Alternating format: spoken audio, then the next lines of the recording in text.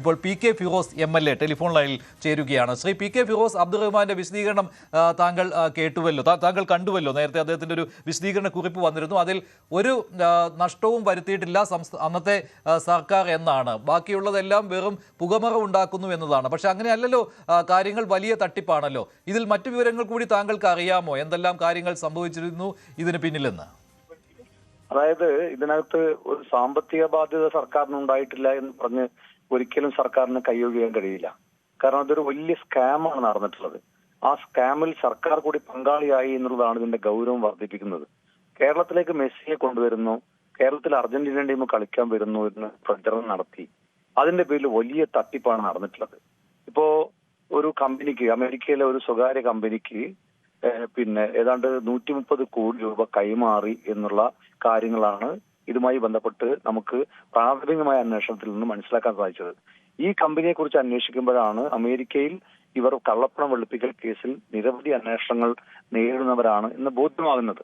അപ്പോൾ ഇങ്ങനൊരു കമ്പനിക്ക് കേരള സർക്കാരിന്റെ സഹായത്തോടെ ഫെമയിൽ നിന്ന് എക്സംഷൻ വാങ്ങി കേന്ദ്ര സർക്കാരുമായി കത്തിടപാട് നടത്തി ഒരു സ്വകാര്യ കമ്പനിക്ക്, അതും നിരവധി കേസുകളിൽ പ്രതിയായിട്ടുള്ള ഒരു കമ്പനിയും ആ കമ്പനിയുടെ ഉടമകൾക്കും വേണ്ടി സർക്കാർ കൂട്ടുനിന്നു എന്നുള്ളതാണ് ഇതിനകത്ത് ഏറ്റവും പ്രധാനപ്പെട്ട ഒരു കാര്യം. അതിന് ഒരിക്കലും നിസ്സാരമായി തള്ളിക്കളയാൻ കഴിയുന്ന കാര്യമല്ല. മാത്രമല്ല, ഇതിന്റെ ഗൗരവം വർദ്ധിപ്പിക്കുന്നത്, ഇപ്പോ മെസ്സിയെ കൊണ്ടുവരാനായിരുന്നു ഈ പണം കൈമാറിയതെങ്കിൽ മെസ്സി വന്നില്ല എന്നുള്ളത് യാഥാർത്ഥ്യമാണ്. അർജന്റീന ടീം കേരളത്തിൽ വന്നില്ല എന്നുള്ളത് വസ്തുതയാണ്. അപ്പോൾ ഇത്രയും ഉയർന്ന ഒരു തുക കേരളത്തിലെ ഒരാളെ സംബന്ധിച്ചിടത്തോളം ഏറ്റവും ഉയർന്നൊരു തുകയാണ്. ഇത്ര വലിയൊരു തുക കൊടുത്തിട്ട് ആ തുകക്ക് ആ കരാറ് പാലിക്കപ്പെടാതിരുന്നാൽ സ്വാഭാവികമായും ആരാണെങ്കിലും കേസിന് പോകും. എന്നാൽ റിപ്പോർട്ടർ ടിവിയും ആ കമ്പനിയുടെ മേധാവികളും നാളിതുവരെയായി ഒരു കേസ് പോലും കൊടുത്തതായി ഒരു രേഖയും എവിടെയും ഹാജരാക്കിയിട്ടില്ല. അപ്പോൾ ഇതിന്റെ പിന്നിൽ അവർ മറ്റെന്തോ ലക്ഷ്യം വെച്ചാണ് ഈ ഇടപാടുകൾ നടത്തിയതെന്നുള്ളത്. ഫിറോസ്, അതായത് ഇത്രയും തുക വിദേശത്തേക്ക് കൈമാറാൻ അവർക്ക്, ഈ റിപ്പോർട്ടർ ബ്രോഡ്കാസ്റ്റിംഗ് കമ്പനിക്ക് അവസരമുണ്ടാക്കി കൊടുത്തു അന്നത്തെ സർക്കാർ. ഇതല്ലേ നമുക്കിപ്പോൾ മനസ്സിലാക്കാൻ കഴിയുന്നത്? അതായത് കേവലം പണം കൈമാറി എന്നുള്ളതല്ല, ഒരു കള്ളപ്പണ ഇടപാട്, ഒരു കള്ളപ്പണ വെളുപ്പിക്കൽ, ഒരു മണി ലോണ്ടറിങ് നടത്താൻ വേണ്ടി സംസ്ഥാന സർക്കാർ കൂട്ടുനിന്നു എന്ന് വേണം മനസ്സിലാക്കാൻ. അതല്ലായിരുന്നുവെങ്കിൽ എന്താണ് യഥാർത്ഥത്തിൽ സംഭവിച്ചത് എന്ന് വ്യക്തമാക്കാൻ സംസ്ഥാന സർക്കാരിന് തയ്യാറാകണം. അതിന് വേണ്ടി കേരളത്തിലെ മുഖ്യമന്ത്രി യോഗം വിളിക്കുന്നു, ചീഫ് സെക്രട്ടറി യോഗം വിളിക്കുന്നു. കൊച്ചി സ്റ്റേഡിയം ഒരു കരാറുമില്ലാതെ ഇവർക്ക് കൊടുക്കുന്നു. ഇപ്പോ കൊച്ചി സ്റ്റേഡിയം ഏതെങ്കിലും സംഘടനക്കോ സ്ഥാപനങ്ങളൊക്കെ കൊടുക്കണമെങ്കിൽ 5 കോടി രൂപയാണ് ഡെപ്പോസിറ്റ് ചെയ്യേണ്ടത്. അങ്ങനെ ഒരു ഡെപ്പോസിറ്റും ഇല്ലാതെ, ഒരു കരാറുമില്ലാതെ സംസ്ഥാന സർക്കാരിന്റെ ഒരു അസറ്റ്, ഒരു സ്ഥാപനം, ഒരു സ്റ്റേഡിയം, ഒരു സ്വകാര്യ കമ്പനിക്ക്, അതും പലതവണ പല കേസുകളിൽ പ്രതിയായിട്ടുള്ള ഒരു ചാനലിന് വേണ്ടി, ഒരു സ്വകാര്യ ചാനലിന് വേണ്ടി സംസ്ഥാന സർക്കാർ കൈമാറി എന്ന് പറയുമ്പോൾ അതിനകത്ത് ഒരുപാട് ദുരൂഹതകളുണ്ട്. ഈ ദുരൂഹതകളെ കുറിച്ച് വ്യക്തമായി മറുപടി പറയാൻ മന്ത്രി തയ്യാറായില്ല. മന്ത്രി ഏറ്റവും ഒടുവിൽ ചാനലിന് മുമ്പിൽ പറഞ്ഞ് നമ്മളെല്ലാവരും കണ്ടത്, അടുത്ത വിൻഡോയിൽ, മാർച്ച് വിൻഡോയിൽ മെസ്സി കേരളത്തിൽ വരുന്നതാണ്. പല വിൻഡോയും കഴിഞ്ഞു പോയി, ഒരു വിൻഡോയിലും കേരളത്തിൽ മെസ്സി വന്നതായി കണ്ടില്ല, അർജന്റീന ടീം വന്നതായി കണ്ടില്ല. മാത്രമല്ല, ഇന്ത്യയിൽ മറ്റു പല സ്ഥലങ്ങളിലും മെസ്സി വന്നതും നമ്മൾ കണ്ടു. അപ്പൊ ഈ ഒരു മെസ്സി ഇന്ത്യയിലേക്ക് വരുന്നു എന്ന ഒരു കാര്യം മുൻകൂട്ടി മനസ്സിലാക്കി അതിന്റെ പേരിൽ എന്തോ ഒരു ദുരൂഹമായ ഇടപാടുകൾ നടത്താൻ ഇവരെല്ലാം കൂടി ചേർന്ന് തയ്യാറാക്കിയ ഒരു ആസൂത്രിതമായ നാടകമാണ് സംഭവിച്ചത് എന്നുള്ളതാണ് മനസ്സിലാകുന്നത്. ഇതിനകത്ത് മന്ത്രിയുടെ ഒരു വിശദീകരണ കുറിപ്പ് ഉണ്ടായിരുന്നു. അതിൽ പറഞ്ഞിരുന്നത് പൊതുമേഖലാ ബാങ്ക് വഴിയാണ് സ്പോൺസർ അർജന്റീന ഫുട്ബോൾ അസോസിയേഷന് പണം നൽകിയത് എന്നാണ്. അങ്ങനെയാകുമ്പോൾ അവിടെ എങ്ങനെയാണ് കള്ളപ്പണ ഇടപാട് വന്നത് എന്ന ചോദ്യമാണ് മുൻ മന്ത്രി ഉന്നയിക്കുന്നത്. മുൻ മന്ത്രി ചോദിക്കുന്നു മഞ്ജുഷ്, ഞാൻ വെല്ലുവിളിയായി ചോദിക്കുന്നു. ഞാൻ പറയുന്നു, അർജന്റീന ഫുട്ബോൾ അസോസിയേഷൻ അല്ല ഇവർ പണം കൈമാറിയത്. ഇവർ മറ്റൊരു ഏജൻസിക്കാണ് കൈമാറിയത്. അമേരിക്കയിൽ അന്വേഷണം നേരിട്ടുകൊണ്ടിരിക്കുന്ന മറ്റൊരു ഏജൻസിക്കാണ് ഇവർ കൈമാറിയത് എന്ന് ഞാൻ പറയുന്നു. അതല്ല എന്ന് തെളിയിക്കാൻ ഞാൻ അവരെ വെല്ലുവിളിക്കുകയാണ്. അമേരിക്കൻ ഫുട്ബോൾ ഏജൻസിക്ക് അവർ പണം കൈമാറിയിട്ടുണ്ടെങ്കിൽ അത് അവർ, അർജന്റീന ഫുട്ബോൾ അസോസിയേഷന് അവർ പണം കൈമാറിയിട്ടുണ്ടെങ്കിൽ അവർ തെളിയിക്കട്ടെ. ഞാൻ പറയുന്നു, ടൂർപ്പോ ഡെൻഡർ എന്ന് പറയുന്ന ഒരു ഏജൻസിക്കാണ് ഇവർ പണം കൈമാറിയിട്ടുള്ളത്. ആ പണം കൈമാറിയതുമായി ബന്ധപ്പെട്ട കത്തിടപാടുകളാണ്. ആ ഏജൻസിക്ക് പണം കൈമാറുന്നതുമായി ബന്ധപ്പെട്ട കത്തിടപാടുകളാണ് സ്റ്റേറ്റ് ഗവൺമെന്റ് നടത്തിയിട്ടുള്ളത്, കേന്ദ്ര ഗവൺമെന്റുമായി ബന്ധപ്പെട്ട് നടത്തിയിട്ടുള്ളത്. അപ്പോ എസെക്ക് പണം കൈമാറി എന്ന് പറയുന്നത് പച്ചക്കള്ളമാണ്. അപ്പോ ഈ തേർഡ് പാർട്ടി ഏജൻസിക്ക് എന്തിന് പണം കൈമാറി? ഈ ഏജൻസിയെ കുറിച്ച് കേരള സർക്കാർ അന്വേഷിച്ചിരുന്നോ? അവരുടെ മുൻകാല ചരിത്രം കേരള സർക്കാർ അന്വേഷിച്ചിരുന്നോ? അങ്ങനെ ഒരു ഏജൻസിക്ക് പണം കൈമാറുന്ന ഒരു ഇടപാടിന് എന്തൊരു സംസ്ഥാന സർക്കാർ കൂട്ടുന്നു? ഇതിനൊക്കെ മറുപടി പറയാതെ മന്ത്രി ചോദ്യങ്ങളില്ലാതിരിക്കാൻ വേണ്ടി കുറിപ്പിറക്കി തന്റെ നിലപാട് പറഞ്ഞാൽ മാത്രം പോരാ. മാധ്യമങ്ങളെ അഭിമുഖീകരിക്കണം, ജനങ്ങളുടെ ചോദ്യങ്ങൾക്ക് കൃത്യമായി അദ്ദേഹം മറുപടി പറയണം. പിന്നെ ഇദ്ദേഹം പറയുന്നത് ഈ കേന്ദ്രത്തിൽ നിന്ന് അനുമതി വാങ്ങിക്കൊടുത്തിരുന്നു, അങ്ങനെയേ ചെയ്യാൻ കഴിയുകയുള്ളൂ. അത് സുതാര്യമായി തന്നെയാണ്, കായിക വകുപ്പ് അറിഞ്ഞുകൊണ്ട് തന്നെയാണ് ഇത്തരത്തിലുള്ള അനുമതി വാങ്ങിയത് എന്നും മന്ത്രി വാർത്താക്കുറിപ്പിൽ പറയുകയാണ്. ഇപ്പോൾ കായിക വകുപ്പിന്റെ അറിവില്ലാതെ മന്ത്രി നേരിട്ട് ഇത്തരത്തിൽ ചർച്ചകൾ നടത്തി, ഇമെയിലുകൾ അയച്ചു എന്നുള്ള പരാമർശമൊക്കെ ഈ റിപ്പോർട്ടിൽ വന്നിരുന്നുവല്ലോ. അതിനെ ഖണ്ഡിച്ചുകൊണ്ടാണ്, കായിക വകുപ്പ് അറിഞ്ഞുകൊണ്ട് തന്നെയാണ്, അന്നത്തെ കായിക വകുപ്പ് സെക്രട്ടറിക്കും അറിവുള്ള കാര്യമാണ്, അങ്ങനെ വ്യവസ്ഥകൾ പാലിച്ചാണ് കേന്ദ്രത്തെ സമീപിച്ച് കേന്ദ്ര അനുമതി വാങ്ങി നൽകിയത് എന്നാണ്. ഈ ആർക്ക് വാങ്ങി നൽകിയത്? ഈ സ്പോൺസർക്ക്, റിപ്പോർട്ടർ ബ്രോഡ്കാസ്റ്റിംഗ് കമ്പനിക്ക് വാങ്ങി നൽകിയത്. ഇതാണ് വി അബ്ദുറഹ്മാന്റെ പ്രതികരണം. ദുർബലമാണ് അദ്ദേഹത്തിന്റെ വാദഗതികൾ എങ്കിലും അദ്ദേഹം സുതാര്യമായിട്ടാണ് പ്രവർത്തിച്ചത് എന്ന് വരുത്തി തീർക്കാൻ ശ്രമിക്കുന്നുണ്ട്. ഇതിനകത്ത് എന്ത് സുതാര്യതയാണുള്ളത്? ഞാൻ ചോദിക്കട്ടെ, കായിക മന്ത്രി മറുപടി പറയേണ്ട വളരെ പ്രധാനപ്പെട്ട ചില ചോദ്യങ്ങളില്ലേ? ഒന്ന്, മന്ത്രി നേരിട്ട് ാണ് അർജന്റീനൻ ടീമിനെ ക്ഷണിച്ചത് എന്ന് പറഞ്ഞാൽ കേരളത്തിലെ ജനങ്ങളുടെ നികുതി പണം ചെലവാക്കിയിട്ടാണ് അദ്ദേഹവും ഉദ്യോഗസ്ഥ സംഘവും സ്പെയിനിൽ പോയി ഇവരെ ക്ഷണിച്ചു എന്ന് പറയുന്നത്. അതിനുശേഷം അതേസമയത്ത് തന്നെ പറയുന്നുണ്ട്, കരാർ ഒപ്പിട്ടത് AFAയും ഈ പറയുന്ന സ്പോൺസറും തമ്മിലാണ്, അതിൽ സർക്കാർ ഒരു ബാധ്യതയും ഇല്ല. സർക്കാരിന്റെ ഒരു ഇവന്റിന് ഞാൻ ചോദിക്കുന്നത്, മെസ്സിയെ കൊണ്ടുവരുന്നതും അർജന്റീന ടീമും കേരളത്തിൽ വരുന്നതും സർക്കാരിന്റെ ഒരു പദ്ധതിയാണെങ്കിൽ ആ പദ്ധതിക്ക് ഒരു സ്പോൺസറെ കണ്ടെത്തുന്നതിന് എന്തെങ്കിലുമൊക്കെ ഒരു നടപടിക്രമം ഉണ്ടാവില്ലേ? അതിനകത്ത് എന്തെങ്കിലും പരസ്യം ചെയ്തിരുന്നോ? സർക്കാരിന് ഇത്ര സാമ്പത്തിക ചെലവ് വരുന്ന ഒരു പദ്ധതിയാണ്, മെസ്സിയെയും അർജന്റീന ടീമിനെയും കേരളത്തിലേക്ക് കൊണ്ടുവരുന്നു, അതിന് ഒരു സ്പോൺസറെ ആവശ്യമുണ്ട് എന്ന് പറഞ്ഞ് സർക്കാർ എന്തെങ്കിലും ഒരു നോട്ടിഫിക്കേഷൻ ഇറക്കിയിരുന്നോ? അങ്ങനെയാണോ?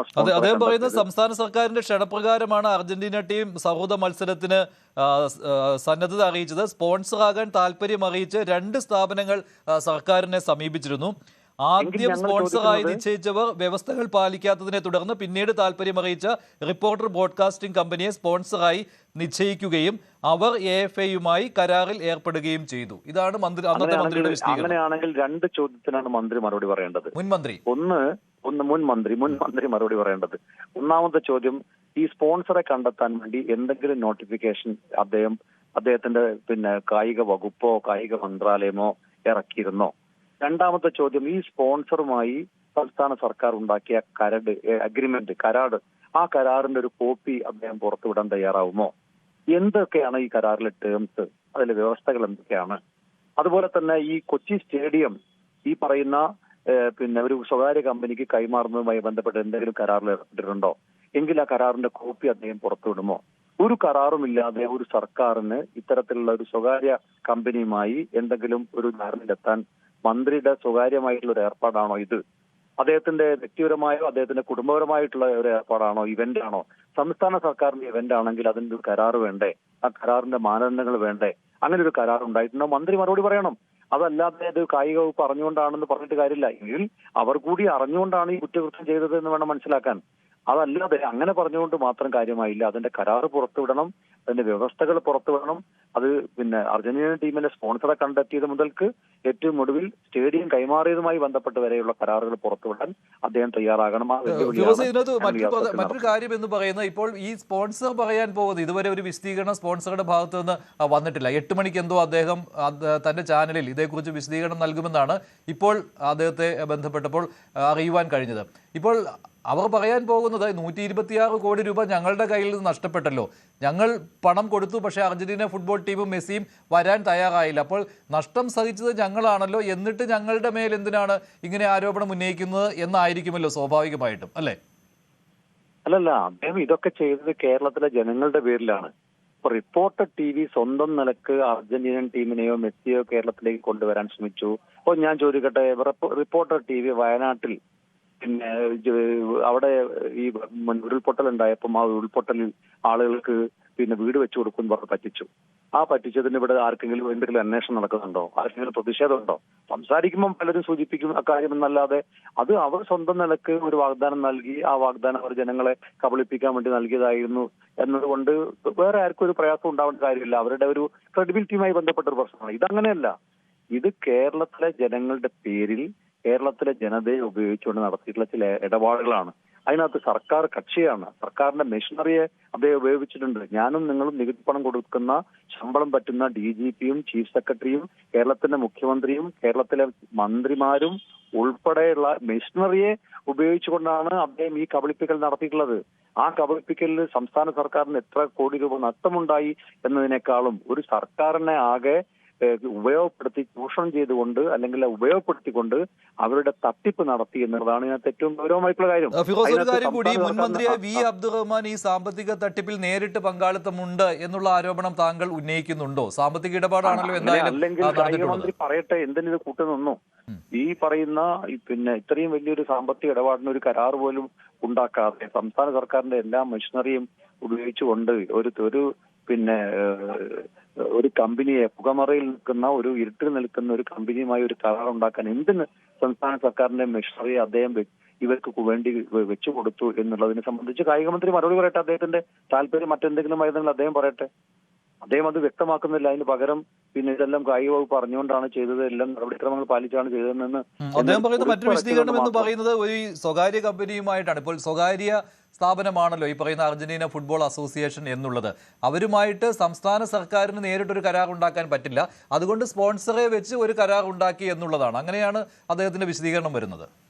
അങ്ങനെയെങ്കിൽ ഞാൻ ചോദിക്കുന്നത്, സംസ്ഥാന സർക്കാരിനെ റെപ്രസെന്റ് ചെയ്തുകൊണ്ടാണ് ഇവർ കത്തിടപാടുകൾ നടത്തിയത്, മെയിലുകൾ അയച്ചത് എന്ന് പറയുന്നു. അപ്പൊ ഇങ്ങനെ ഒരു ക്യാരക്ടറുള്ള പല കേസുകളിലും പ്രതിയായിട്ടുള്ള ഒരു കമ്പനിയെയും ആ കമ്പനിയുടെ മേധാവികളെയും സംസ്ഥാന സർക്കാരിനെ റെപ്രസെന്റ് ചെയ്യാൻ വേണ്ടി ചുമതലപ്പെടുത്തുമ്പോൾ അത് അതിന്റെ ഇവരുടെ ഒരു ചരിത്രം എന്തുകൊണ്ടാണ് സംസ്ഥാന സർക്കാർ പരിശോധിക്കാതിരുന്നത്?